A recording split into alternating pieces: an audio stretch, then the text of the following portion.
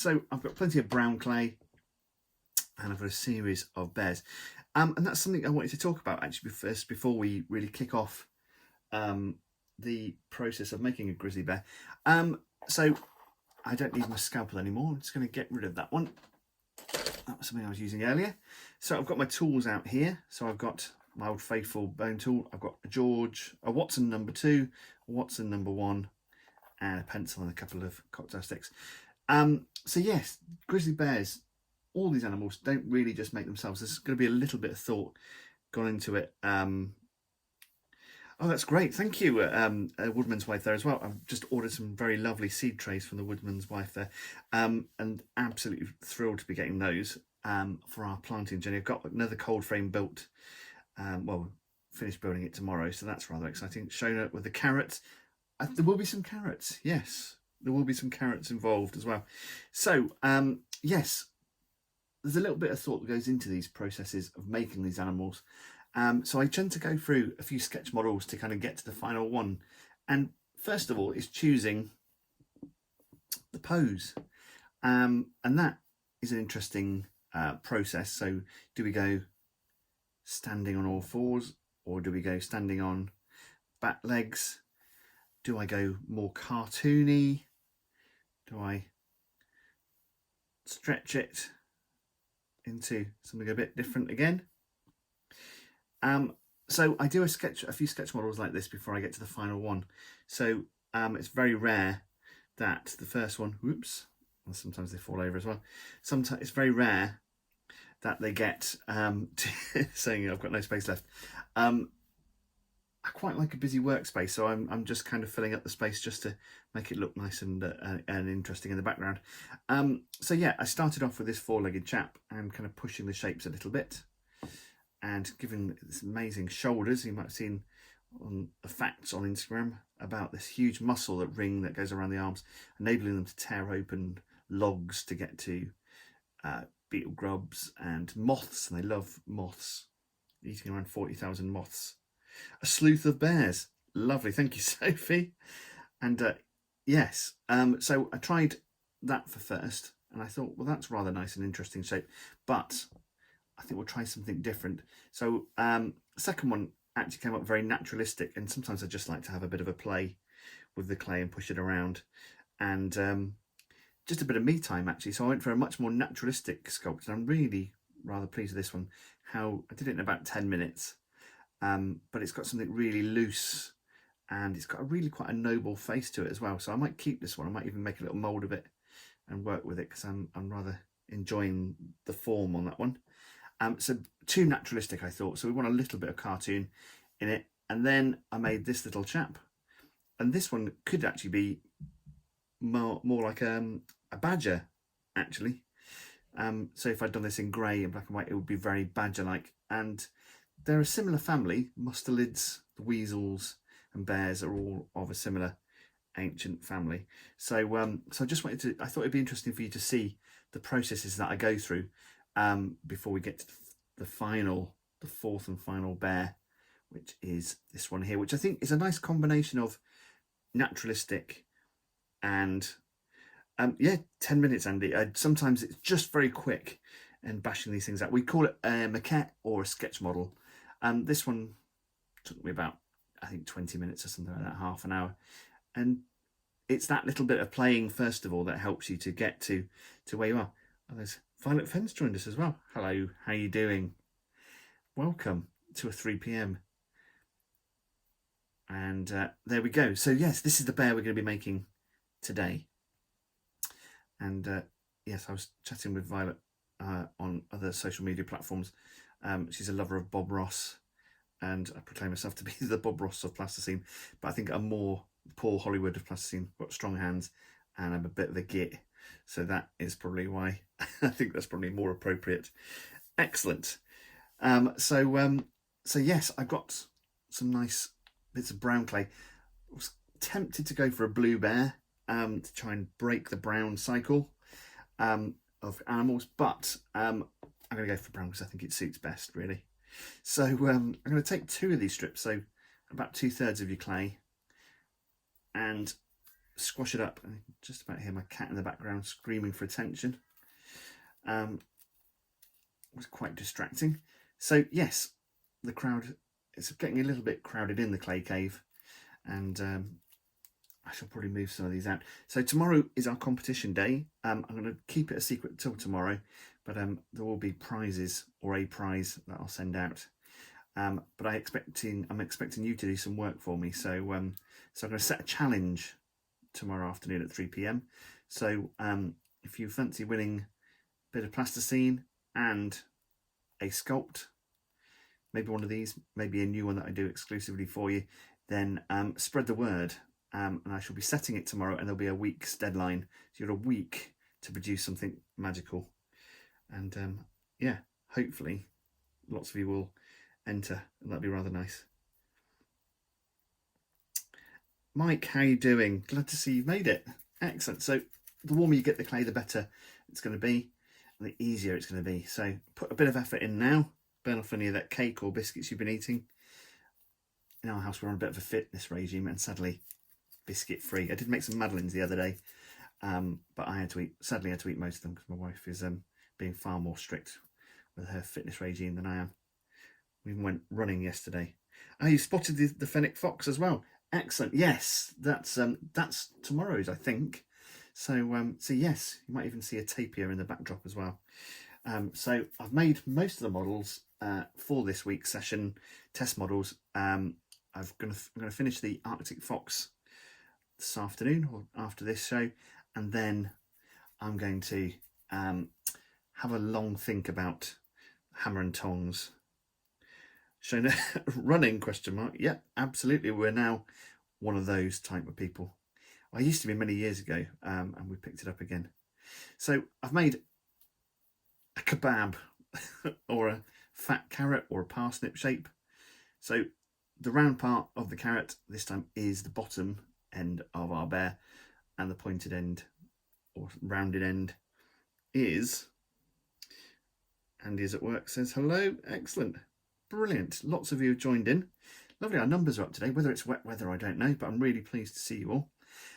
So I'm going to take the top of that carrot now. I'm going to get my finger in there and tease out 2 stumps to start off with for the legs. So we're making some nice hock-like legs, some nice big thighs.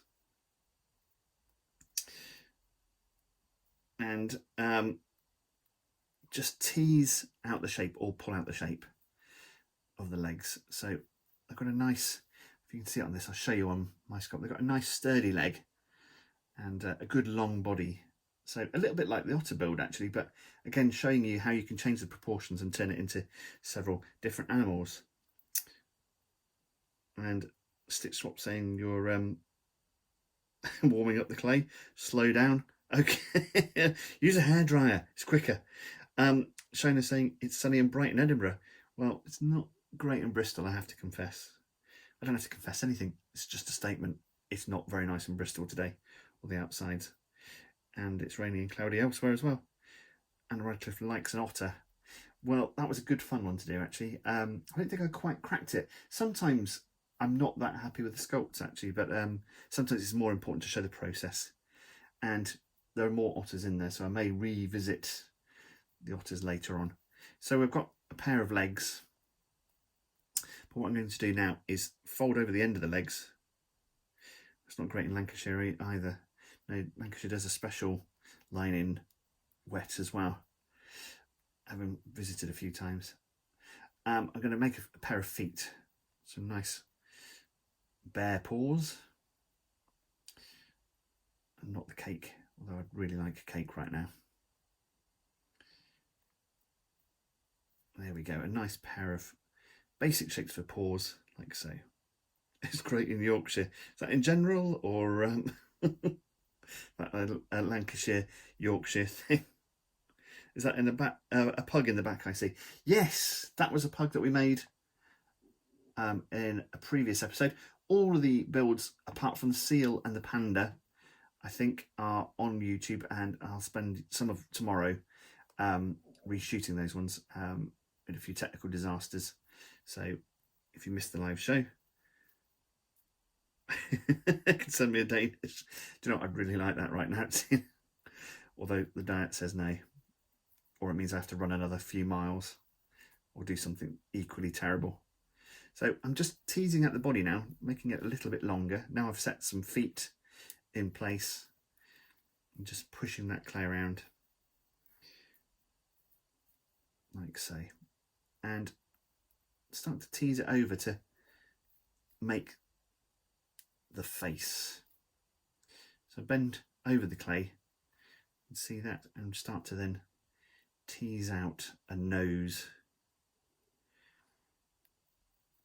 So I thought we'd go, well, actually, the piece of paper said grizzly bear, so I didn't choose which bear, but we could have had a sloth bear, spectacled bear, a sun bear, polar bear, a Kodiak bear, a black bear, all sorts.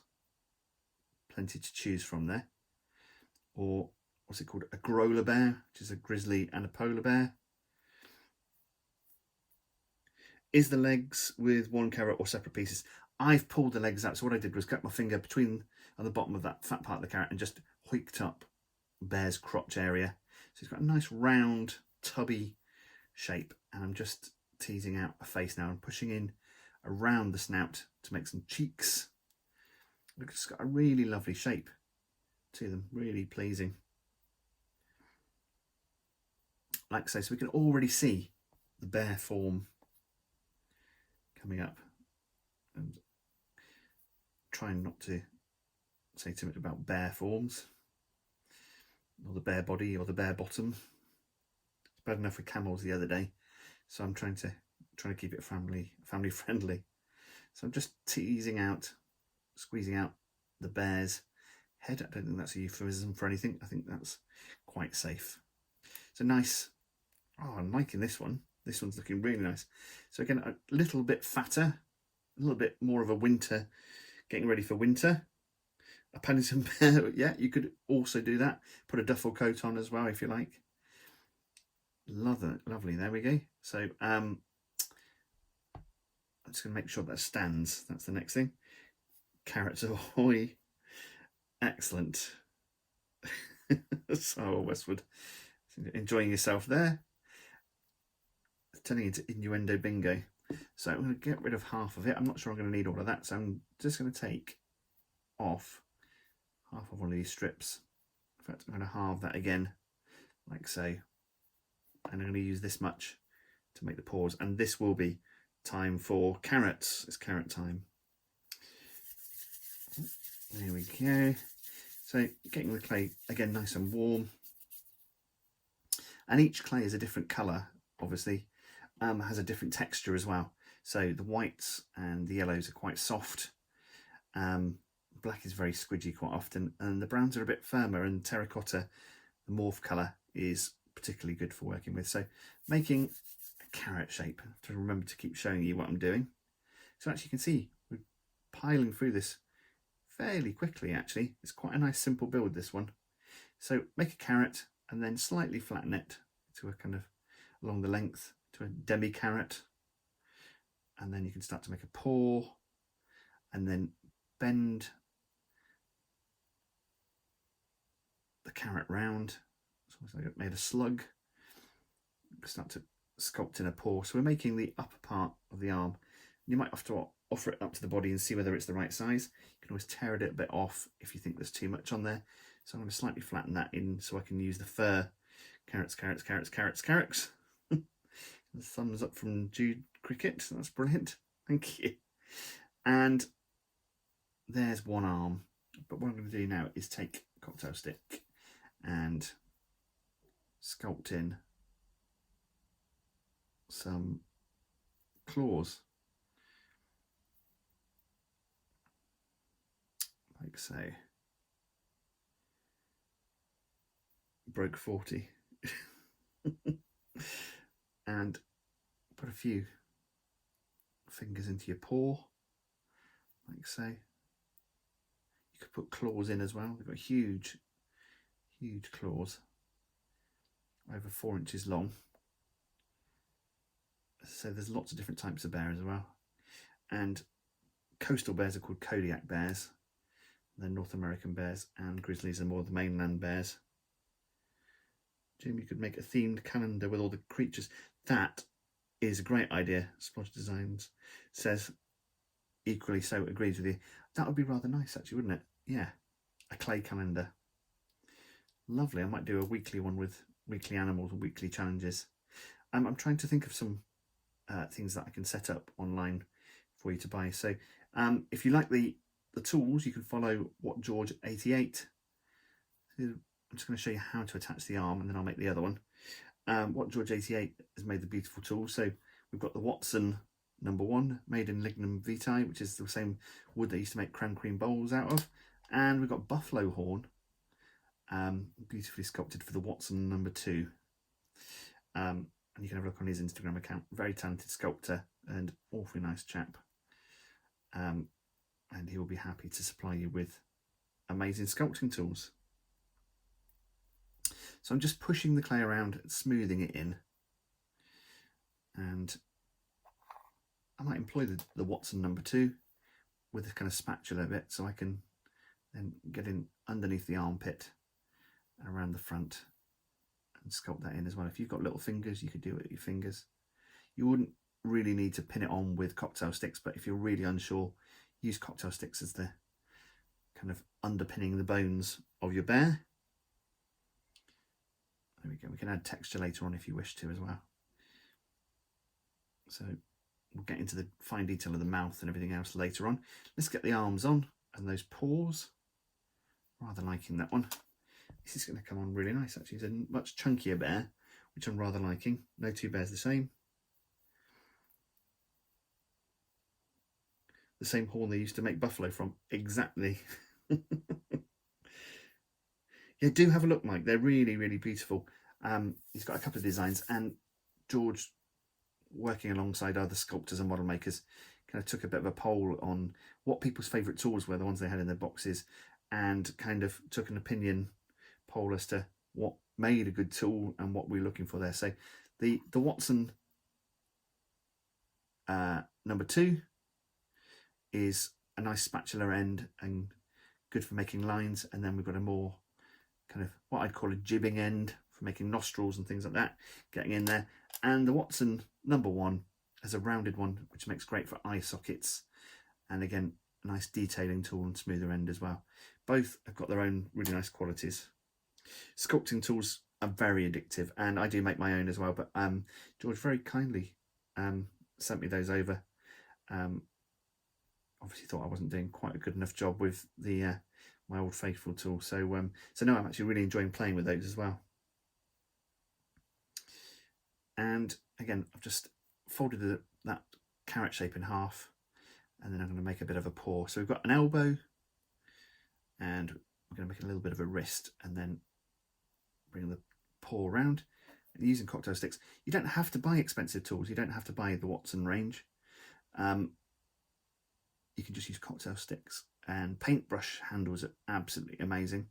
Using lovely smooth paint and a round shape, so it enables you to get in there and and make nice round shapes for the eye sockets and dimpling and all sorts of stuff as well. So hopefully you can see what's going on here. So again, I'm going to remove a little bit of that body of the arm because it gets kind of molded into the shape of the body in that bulk. So and again, you can choose on your position of the arms. Dan Thomas has made his purple. A purple bear is one. I was actually thinking of going for that kind of violet colour that the dragon is. I thought that would be rather nice as well, but I thought we'd go naturalistic for this one.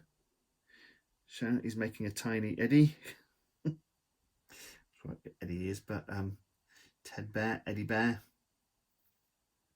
So I'm going to use the Watson #2 again, and I'm just going to smooth in around there, mostly using fingers, but for those difficult bits underneath the arms, around the armpits, then you can just get in there with a tool, and it gives it a bit of personality. So this one's got his arms a bit more raised up, making sure you can get some balance on there as well.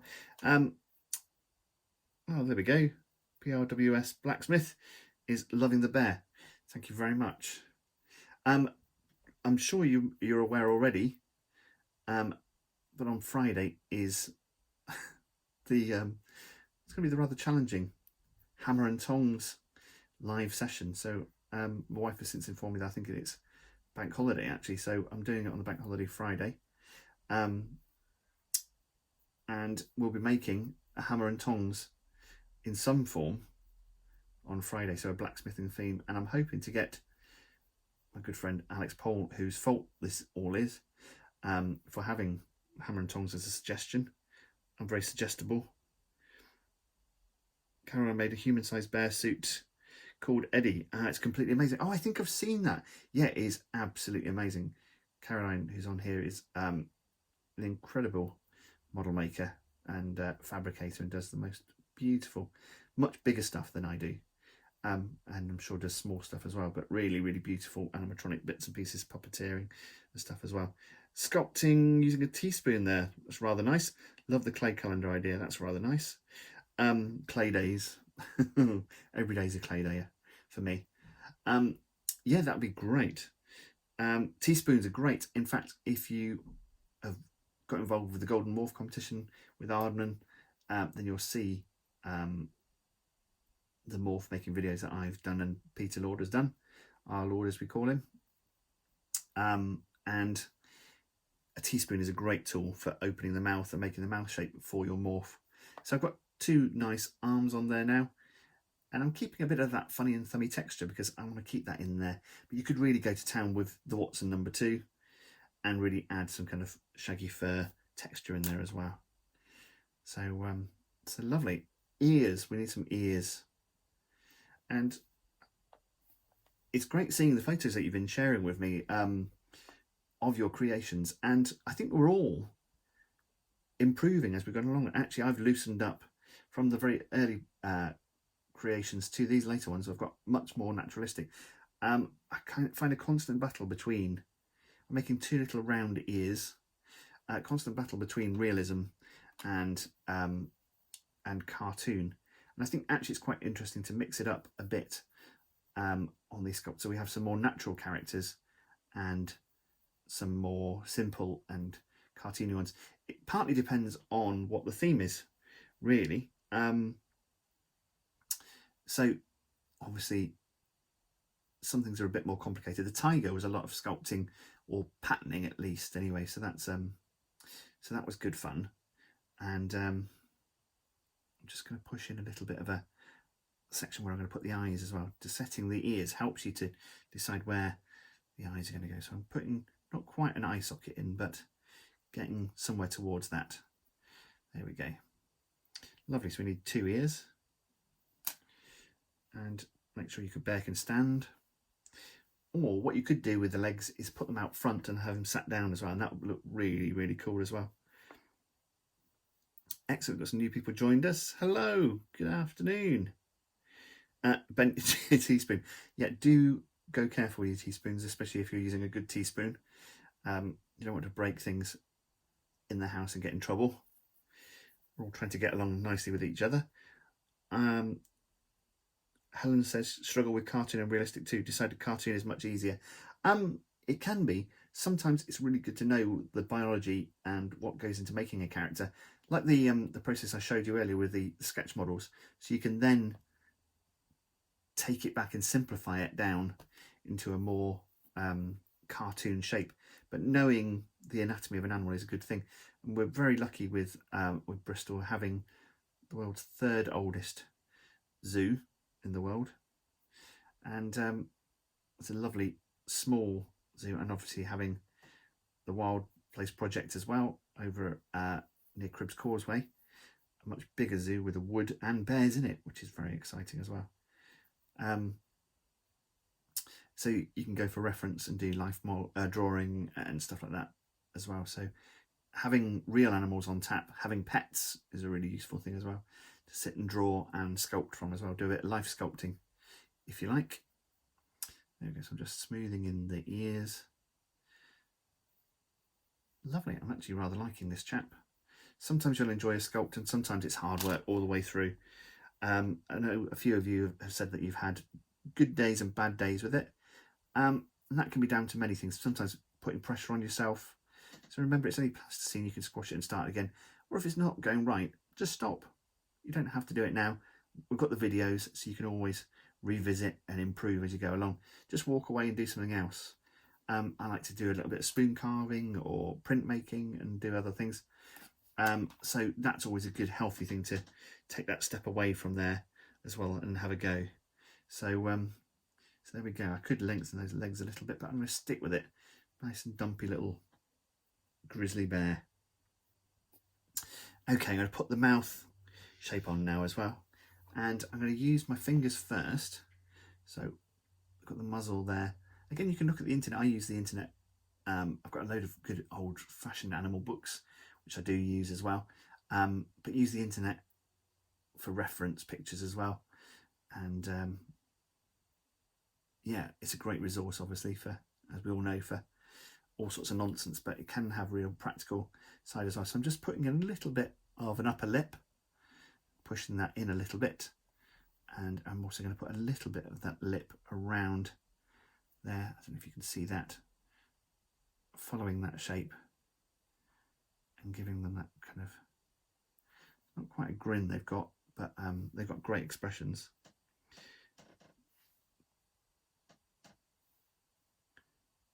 Do I end up with 2 every time? Yes, I do. That's part of the joy of the process, actually, is I end up with 2 or more. With some of these bear sculpts, I'll probably squash them up and use them again for another test sculpt. Mike says, I wish I visited the zoo when I came to Bristol last year to see Merlin at Ardman and go back to the Early Man exhibition. That was fantastic. Merlin is one of our directors. He directs Morph and looks after a lot of the Wallace and Gromit stuff for Nick as well.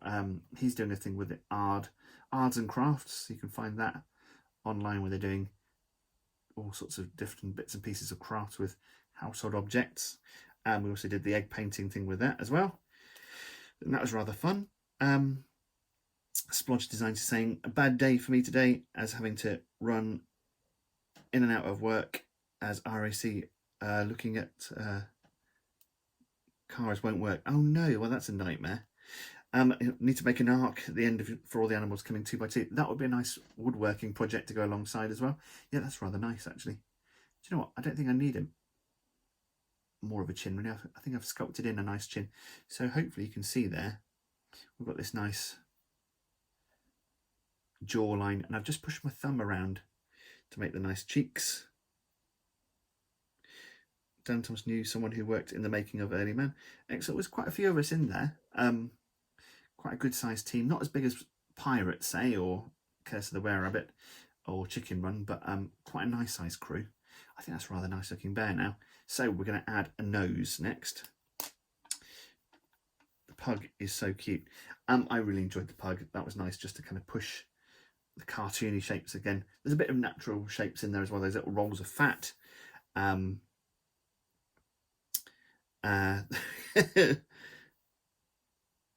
White saying, my bear head is looking like a penguin's head. Well, you can adjust it as you go along. Put a nose on it and it will turn into, surely it'll be a penguin then. So I'm just going to reach around.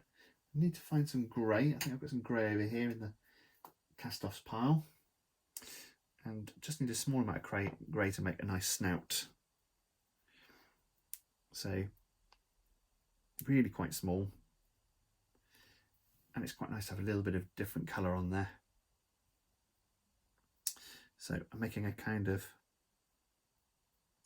little rectangle or square, a box shape. And I'm going to pop that on the front of the bear snout. I could get very technical and smooth it in. I think I'm just going to place it on a kind of semi-cartoon state. And then I'm going to use the Watson number 1 and start by pushing in a kind of round nostril shape, setting the place for the nostrils. I don't think George is on here today actually, so he's not even seeing the use of his tools today.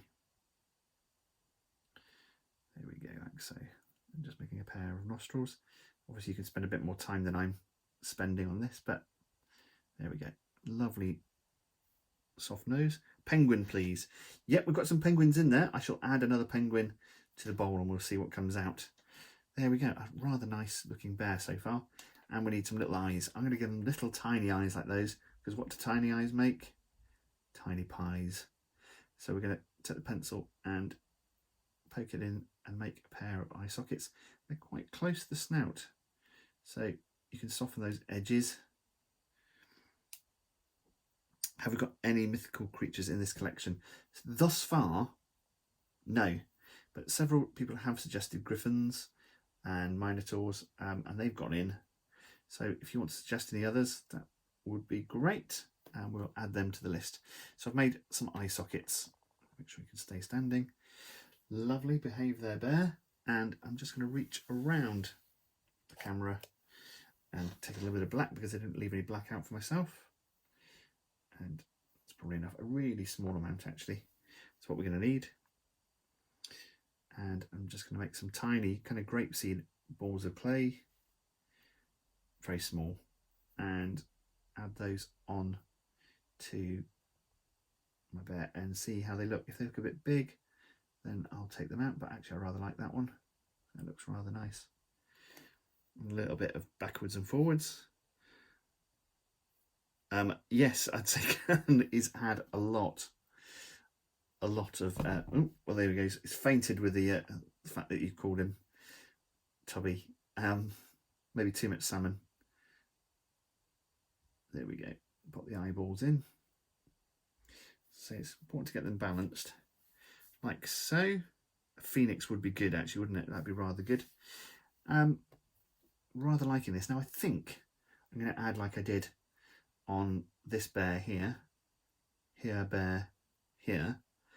I think I'm going to add a bit of an extra roll of furry fat around the neck. I'm going to use my old favourite because I don't like to play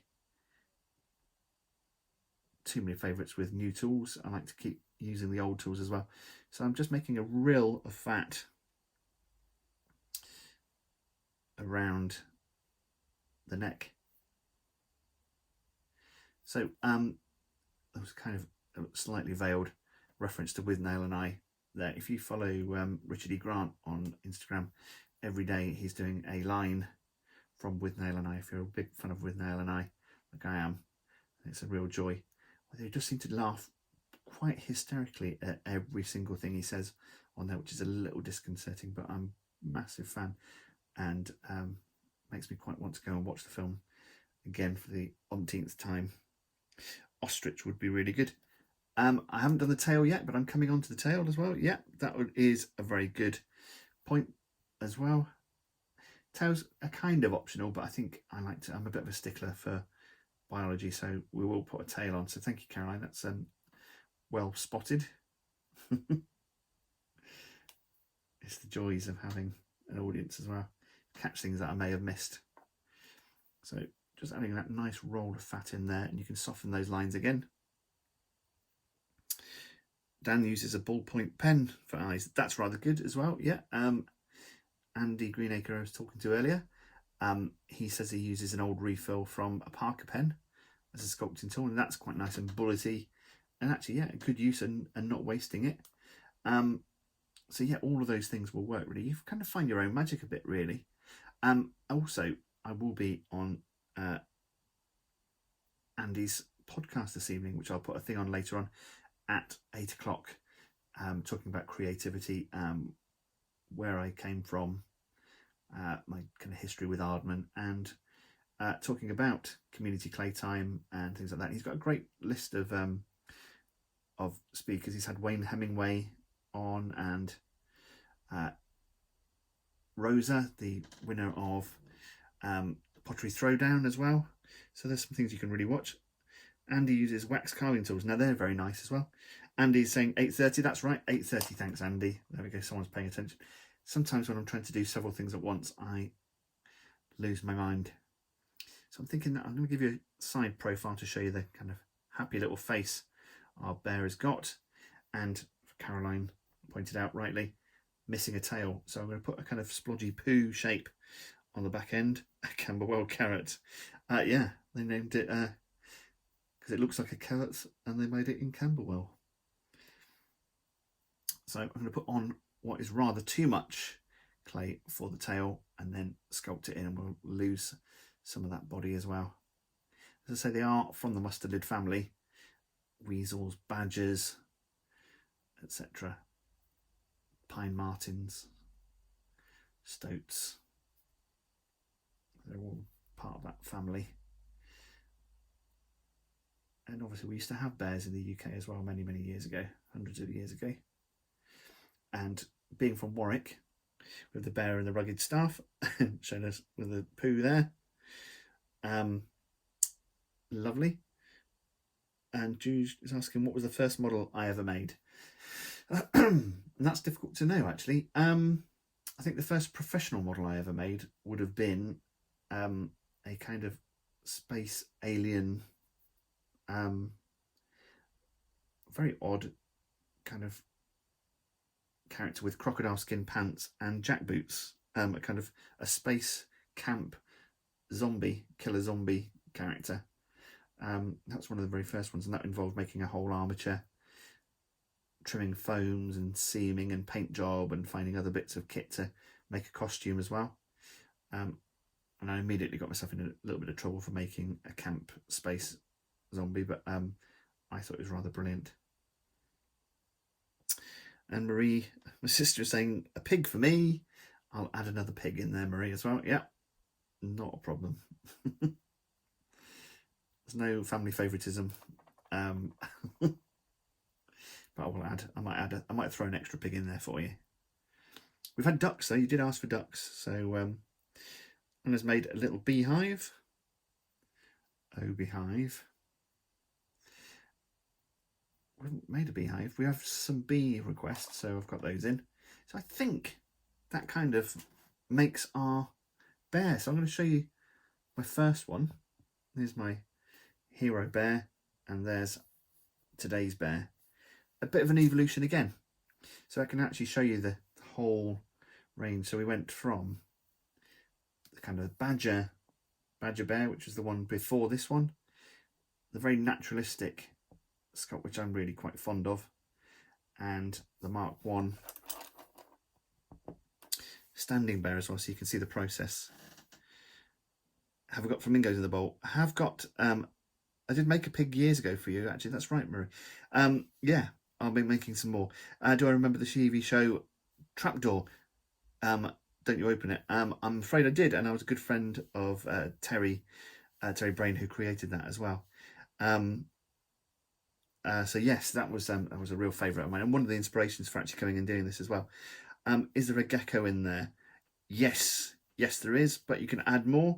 Can you show the tail again, says Abby. I certainly can. And I've gone for a kind of nice round tail, like so,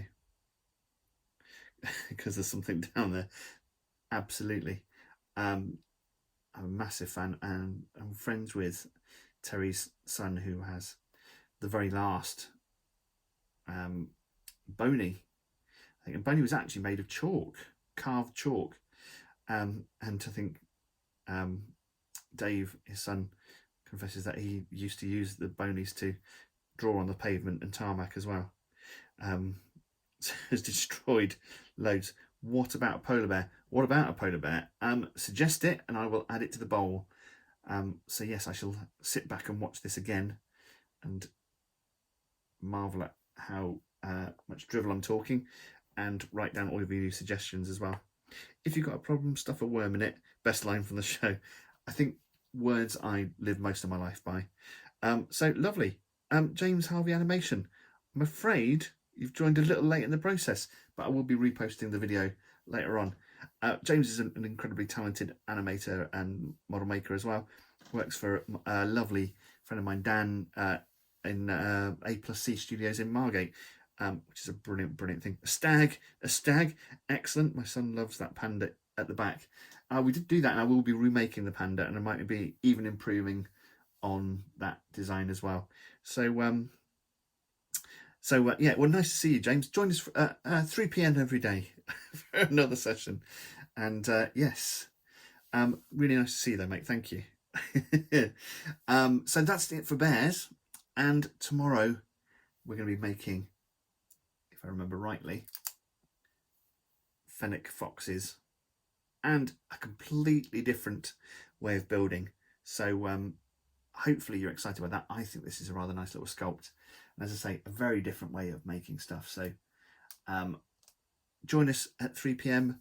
tomorrow, and join me at 8:30 on Andy's thing.